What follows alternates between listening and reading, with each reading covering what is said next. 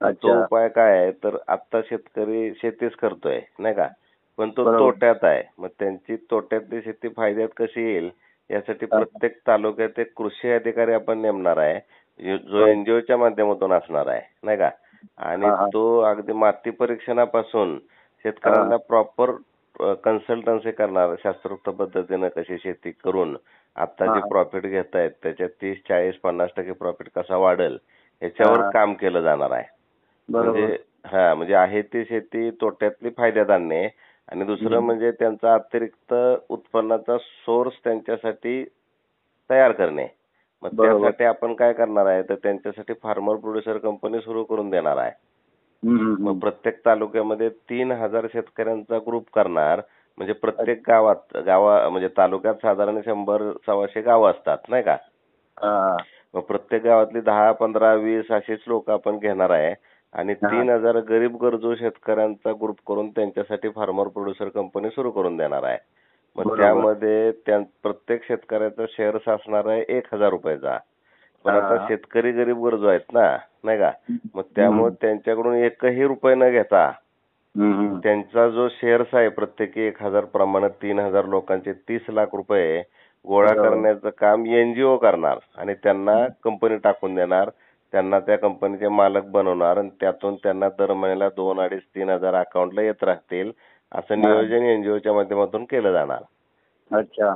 मग आता हे फंड 30 लाखाचा एका फार्मर प्रोड्युसर कंपनीसाठी लागणार आहे. मग तो कसा गोळा केला जाणार, तर शहरी भागातल्या लोकांना आवाहन केलं जाणार, की हां. ग्रामीण भागात आम्हाला फार्मर प्रोड्युसर कंपन्या सुरू करायच्या आहेत गरीब गरजू शेतकऱ्यांसाठी. त्यामध्ये बरोबर. शेतकऱ्यांचं जे भाग भांडवल आहे ₹1,000 ते एका हं. शेतकऱ्याचं फक्त तुम्ही द्या. म्हणजे फक्त हं. ₹1,000 द्या, नाही का. म्हणजे हां, बरोबर. त्यांना समाधान काय वाटणार, तर आपण एका शेतकऱ्याला कुठेतरी मदत केली, नाही का. हं, हं, हं. आणि 500-1000 लोक सहज काढतात देणगी म्हणून देऊन विसरतात पण, नाही का. पण बरोबर. आपण त्यांना असं आवाहन करणार आहे, की तुम्ही 1,000 द्या. पण त्याच्या हं. अगेन्स्ट आपण त्यांना आपल्या एनजीओचे लाईफटाईम मेंबर पण बनवणार आहे आणि हं, हं. त्यासोबतच ते एनजीओच्या माध्यमातून जी फार्मर प्रोड्युसर कंपनी सुरू करून दिली जाणार आहे, त्या हं. कंपनीचे ते कस्टमर पण राहणार आहेत. बरोबर, बरोबर. कसे तर आता समजा पहिला प्रोडक्ट आहे म्हणजे प्रोजेक्ट बरेच आहेत आपले फार्मर प्रोड्युसर कंपनीच्या माध्यमातून सुरू करणार आहेत असे. पण अच्छा. पहिला प्रोजेक्ट आपण सुरू करतोय तो म्हणजे लाकडी घाण्याचं शुद्ध तेल. हां, बरोबर. आज लोक रिफाइंड तेल वापरतायत. खरं तर ते अजिबात वापरलं नाही पाहिजे. त्याच्याबद्दल हं. सुद्धा मी 10 मिनिटं बोलतो. ते ऐकलं तर लोक रिफाइंड तेल बंदच करतात, नाही का. हं. कारण ते बरोबर. पॉइझनच आहे. कारण आज बीपी, शुगर, थायरॉइडच्या ज्या लाईफटाईम गोळ्या लोकांना चालू आहेत, हां, हां. त्याला अनेक कारणं आहेत. त्यापैकी एक कारण रिफाइंड तेलाचा वापर हे सुद्धा आहे. आज बरोबर. कॅन्सर पेशंट वाढण्याचं प्रमाण वाढलंय, नाही का. वाह! मग आधुनिक. त्यालाही अनेक कारणं आहेत, पण त्यातलं एक कारण रिफाइंड तेलाचा वापर हे आहे. त्यामुळे हं. शुद्ध तेल वापरणं गरजेचं आहे, नाही का. पण ते राइट. लोक वापरत नाहीत का? तर लाकडी घाण्याचं तेल महाग असतं, नाही का. हं.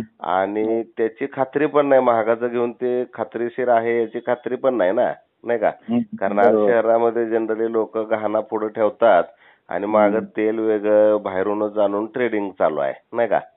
हं, मग हं, ते हं. त्यात पाम ऑइल मिक्स करू शकते करत नसतील कशावरून असंही लोकांना वाटतं, नाही का. हं. बरोबर. त्यामुळे लोक खात्री नसल्यामुळे महाग असल्यामुळे ते वापरत नाहीत. पण हं, आपण हं. त्यांना जे आवाहन करतोय 1,000 देऊन तुम्ही लाईफटाईम मेंबर व्हा. तर हं, ह्या हं. लाईफटाईम मेंबरला तेल जे मिळणार ते फार्मर प्रोड्युसर कंपनीकडून डायरेक्ट मिळणार. बरोबर. त्यामुळे एनेबल अक्रेडिटेड लॅबच्या रिपोर्टसह सुद्धा आपण देणार. त्यामुळे खात्रीचा त्यांना विश्वास अगदी पक्का राहणार. बरोबर, बरोबर. मान्यताप्राप्त लॅबचा रिपोर्ट असल्यावर विषय संपला ना, नाही का. हं. हं, आणि हं, दुसरी हं. गोष्ट म्हणजे सवलतीत देणार म्हणजे 25% डिस्काउंट दिलं जाणार. मग आता बरोबर. शेंगदाणा तेल समजा बाहेर ₹360 ला ऑनलाईन आहे, नाही का. हां, लाकडी हां, घाण्याचं शेंगदाणा तेल हां, ₹360 लिटर आहे.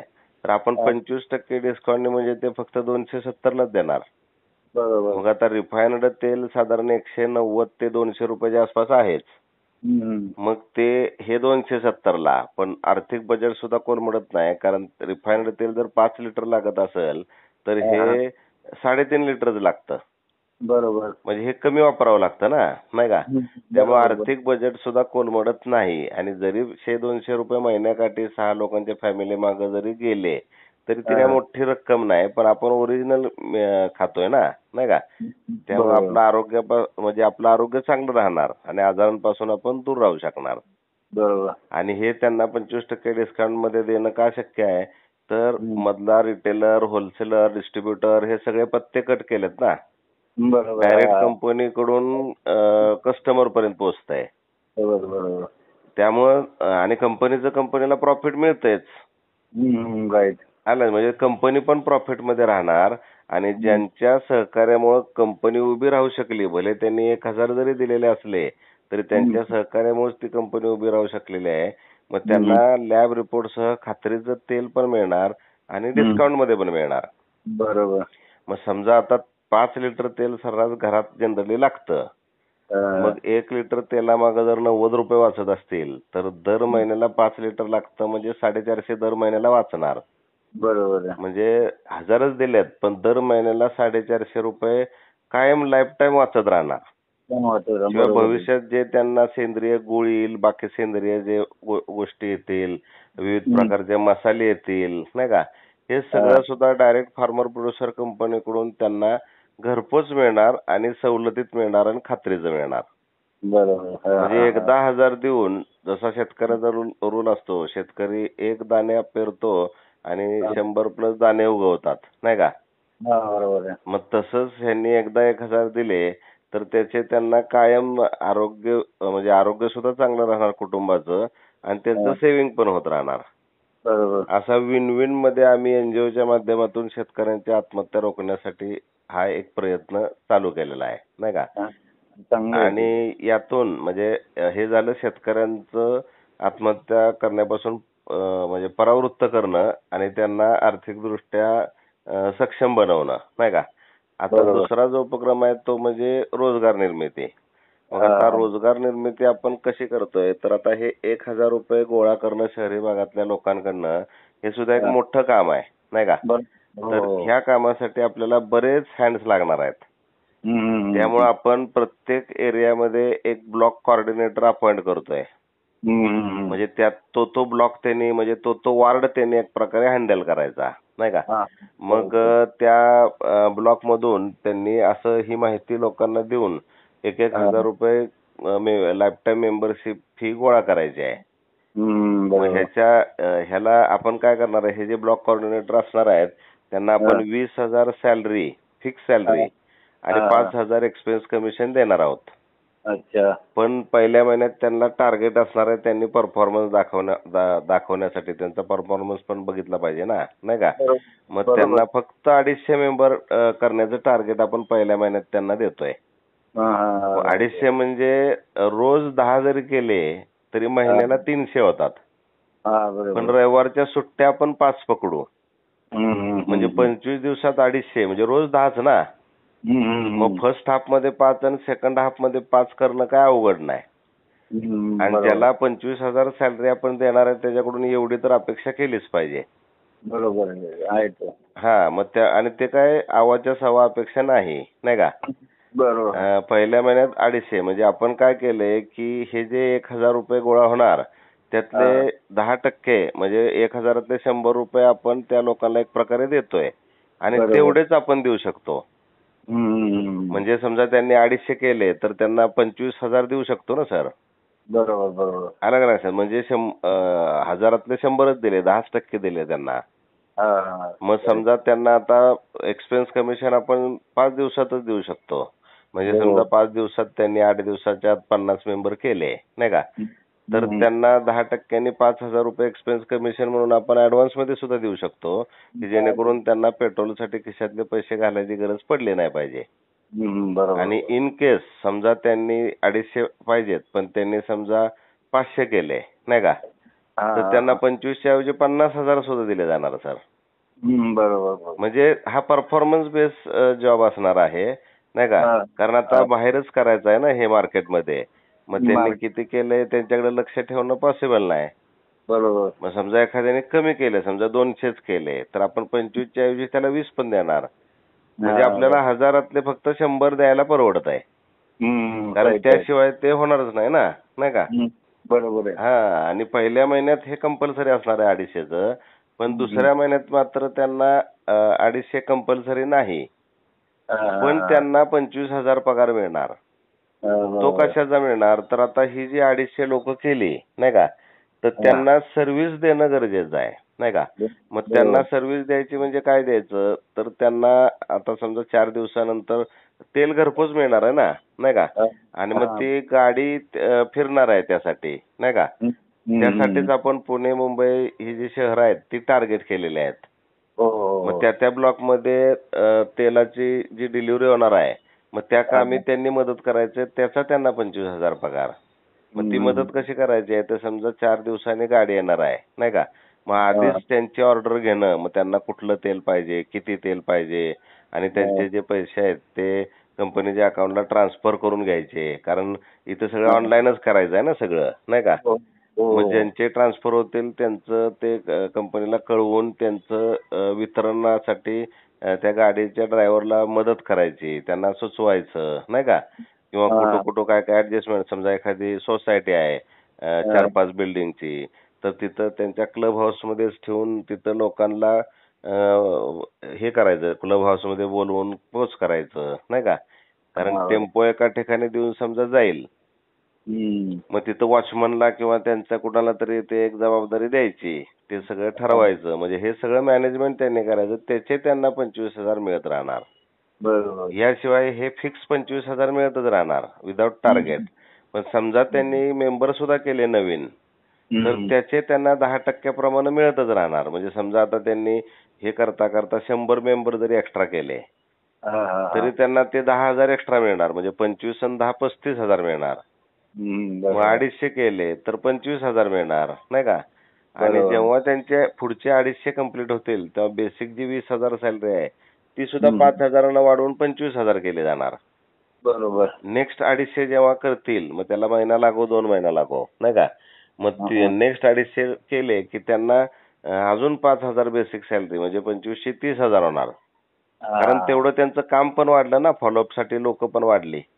बरोबर. त्यामुळे इथं अगदी पहिल्या महिन्यात 25,000 पगार घेऊन दुसऱ्या महिन्यापासून 50, 60, 70,000 तो लाखभर रुपयेपर्यंत सहज कमवू शकतो. मेहनतीवरती ती अवलंबून आहे. हा, त्याच्या मेहनतीवर अवलंबून आहे. कारण शेवटी बघा, ज्याची मेहनत आहे त्याला मिळणारच ना शेवटी. बरोबर. हा, म्हणजे अशा पद्धतीने आपण रोजगार निर्मिती सुद्धा करतोय. कारण हे केल्याशिवाय फंड गोळा होणार नाही, आणि फंड गोळा झाल्याशिवाय फार्मर प्रोड्युसर कंपन्या सुरू होणार नाहीत. बरोबर बरोबर. लक्षात आलं का. म्हणजे असं आम्ही कंबाईन प्लॅन जो केलाय काय, त्याला खूप चांगला प्रतिसाद मिळतोय. अगदी मी ग्रुपवर टाकल्यावर अनेकांनी, म्हणजे मला बघितलं पण नाही तरी सुद्धा त्यांना ते मी स्क्रीनशॉट वगैरे पाठवलं होतं ना ग्रुपवर, अनेकांनी पैसे भरले नाही का. आणि इथं लाईफटाईम मेंबरशिप घेतली. आता काय काय, आता पुण्या मुंबईमध्येच आपण आता सध्या सुरुवातीला सर्व्हिस देतोय ना, कारण ते शक्य आहे तेच करायचं नाही का. पण तरी बाहेरची जी लोक आहेत ग्रुपमध्ये, आमच्या आरोग्य माहिती या ग्रुपमध्ये पूर्ण महाराष्ट्रभरातले लोक आहेत ना, मग त्या बाहेरच्या लोकांनी सुद्धा भरले. ते आमच्याकडे जेव्हा सुरू होईल तेव्हा बघू, पण आम्हाला आपलं 1,000 रुपये आपलं नाही का देणगी म्हणून शेतकऱ्यासाठी मदत म्हणून द्यायची आहे नाही का.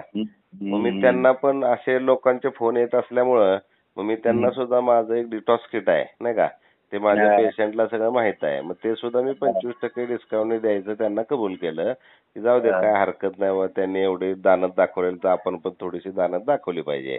म्हणजे अशा पद्धतीनं मग त्यासाठी मी मेसेज पण पाठवला होता बघा, संपूर्ण शरीर शुद्धी. कारण मी त्याचे स्पीच देतो, व्याख्यानं माझी तशीच असतात नाही का. हा, मग ते मेसेज बघून सुद्धा बऱ्याच लोकांनी ते मागवलं. मी काय म्हणतो, आपण थोडस याच्यामध्ये जर गावोगावी जर सेमिनार ठेवला आपण, बरोबर, थोडीशी मेहनती लागेल याला. एका गावात आहे ते एक छोटासा सेमिनार, 2 तासाचा सेमिनार जर प्रत्येक गावोगावी जर ठेवला ना, खूपच फायदा होईल. नाही 100%. आणि ऍक्च्युली गावोगावी करण्यापेक्षा आमचं प्लॅनिंग काय आहे, की हे जे आता पुण्यात आणि मुंबईत आपलं ऑफिस होत आहे समृद्धी किसान चेंबर ऑफ कॉमर्सचं, हे प्रत्येक जिल्ह्याच्या ठिकाणी असे ऑफिसेस होणार.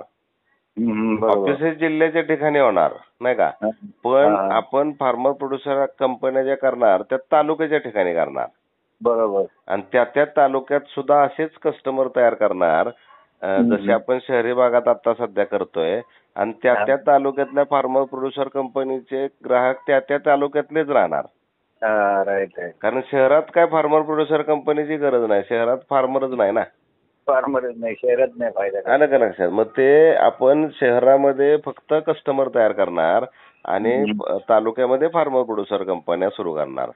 मग त्यासाठी आता मी माझी व्याख्यानं देतोय, त्यानंतर आवाहन करतोय नाही का, ग्रुपच्या माध्यमातून हे करतोय नाही का, म्हणजे असं ते होतंय सगळं कंटिन्यू ऑफिसमध्ये तेच चालू आहे. चालेल आणि खूप चांगला प्रतिसाद मिळतोय, खूप म्हणजे खूप चांगला. चांगले ते हे पाहिजेच होतं ऍक्च्युली. आणि हे खरोखर चांगले आहे. अहो खूप चांगलं आहे. आणि हे जे केलंय ना ते वंजारी सर म्हणून आहेत, त्यांचं वय वर्ष आहे 72 नाही का. तर त्यांनी अॅग्रो कन्सल्टंट म्हणून 25 वर्ष काम केलेलं आहे. फार मोठा अनुभव आहे त्यांचा काय. आणि खरं त्यांच्यामुळं मला त्यांनी आग्रह केला की यात तुम्ही पाहिजे, कारण माझं पश्चिम महाराष्ट्रात चांगलं नेटवर्क आहे ना. म्हणजे माझी व्याख्यानं भरपूर झालीत पश्चिम महाराष्ट्रामध्ये. त्यामुळं आणि माझे आरोग्य माहिती या ग्रुप, ज्यामध्ये तुम्ही एका ग्रुपमध्ये आहात नाही का, असे 350 प्लस ग्रुप आहेत आणि 90-95,000 प्लस लोक आहेत त्या सगळ्या ग्रुपमध्ये मिळून. आणि पश्चिम महाराष्ट्रात माझी व्याख्यानं झाल्यामुळं म्हणजे तिथं नेटवर्क चांगलं असल्यामुळे सर म्हणले पश्चिम महाराष्ट्र तुम्ही सांभाळायचं आहे नाही का. बरोबर. मग मी म्हणलं चांगलं आहे, ठीक आहे, आपलं हे एक आहे नाही का. तर एक काहीतरी, आणि सरांची पण इच्छा काय आहे की आता माझं वय आहे 72 नाही का, मला तसा वेळ कमी आहे, पण अजूनही ते तरुणासारखेच तडफदार आहेत नाही का. वेळ कमी आहे, पण मला हे जे काय नॉलेज आहे ते मला असं ट्रान्सफर पण करायचं आहे आणि हे मिशन पुढं चालत राहिलं पाहिजे. बरोबर आहे. त्यासाठी त्यांचे मनापासून प्रयत्न आहेत आणि ते प्रयत्न, त्यांची तळमळ बघून मी खरं यासाठी तयार झालो. चालेल. मी येतो, आपण भेटूया. हो. तुम्ही आता पुण्यात आहात का? नाही, मी मुंबईला असतो. अच्छा. शनिवारी नाही तर शुक्रवारी मी येतो, आपण सविस्तर चर्चा करूया. हो चालेल. मी फक्त आता आज रात्री दुबईला जाणार आहे आणि 23 तारखेला येणार आहे नाही का. मग 23 तारखेनंतर मी आहे, आज इथं आहे, आज रात्री निघणार आहे. चालेल. 23च्या नंतर आपण 100% भेटू. हो. चालेल. ओके. धन्यवाद सर.